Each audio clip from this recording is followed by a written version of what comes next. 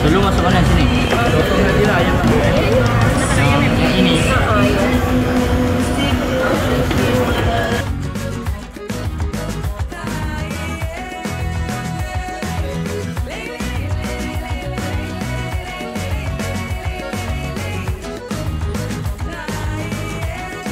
Memang crispy lah.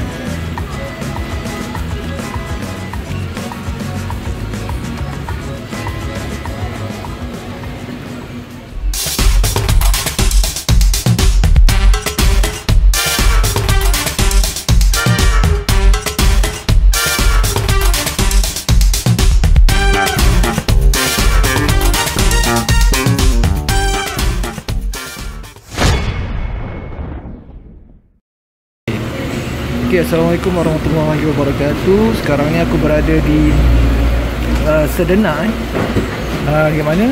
Di restoran Man Mila Nasi Lemak.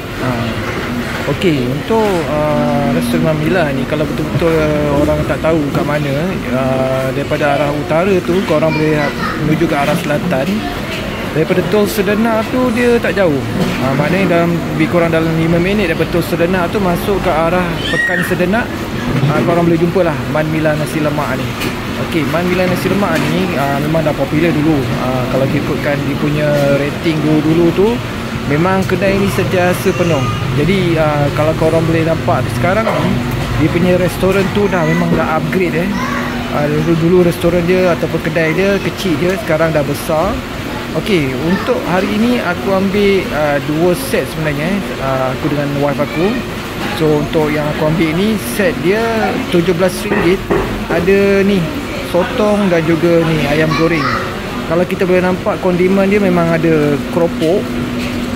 Dan juga dekat sini ada timun, ada kacang dan juga ikan bilis. Dan kat sini kita boleh nampak sambal dia. Sambal dia tu memang dia sambal yang cakap tak adalah ikan bilis ke bawang yang kita nampak. Sambal dia memang sambal yang agak cair juga, tapi kita tak tahulah rasa dia macam mana. Tapi kalau ikut warna ni memang nampak macam pedas merah warna dia. Kita rasa sambal dulu. Okey, bismillah. Okey, untuk sambal dia ni, pada aku okey, sambal dia sedap. Sambal dia tidak terlalu manis, dia tidak terlalu pedas. Dia memang balance lah, orang cakap rasa dia sedang-sedang je. Ada manis sikit, ada rasa pedas sikit. Rasa budak-budak pun boleh makan benda ni. Jadi kalau kat sini kita nampak untuk sotong dia ni, dia sotong ni memang dia timbang tapi pada aku sotong dia tidak, bukan sotong yang besar-besar macam dulu yang ditunjuk dulu. Sekarang sotong dia memang agak kecil-kecil macam ni, ada halus. Dan aku rasa dia timbang dalam tak sampai tak tahu berapa gram dia timbang. Dan ada ayam seketul kat sini. Aku ambil bahagian peha. Dan nasi lemak dia ni, dia tidak terlalu putih. Nasi lemak dia agak berderai. Aku rasa dia gunakan beras basmati. Macam ni, berderai. Berderai. Kita rasa dia punya nasi dia. Bismillah.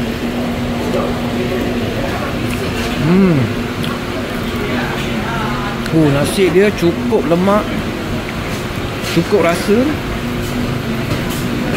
Kita try dengan sambal sikit. Sambal dia gaul-gaul sikit.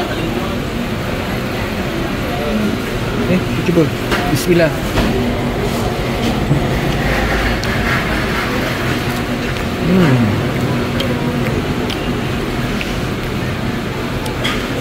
Okey, untuk rasa si lemak dengan sambal ni pada aku okey. Bila kita rasa sambal dengan agak banyak sikit ni, aku rasa macam agak sikit manis lah. Tapi pada siapa yang memang suka manis, memang aku rasa memang cun, memang sedap. Nasi lemak dia bergantung pada orang lah. Kalau orang tak suka nasi lemak beras basmati, mungkin dia kurang sikit tapi untuk aku memang suka beras basmati je ni. Sedap.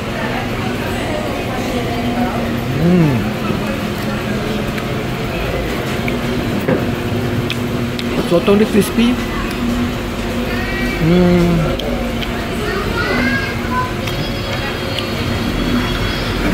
Dengan harga RM17 ni aku rasa okey kot. Dengan ayam, dapat ayam seketul. Memang crispy lah.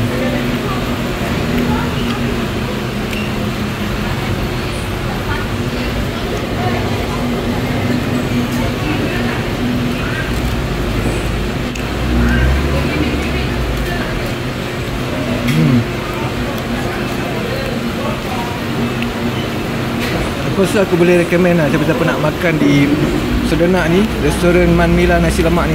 Aku boleh recommend lah siapa-siapa nak datang sini, boleh lah turun ke Sedenak ni.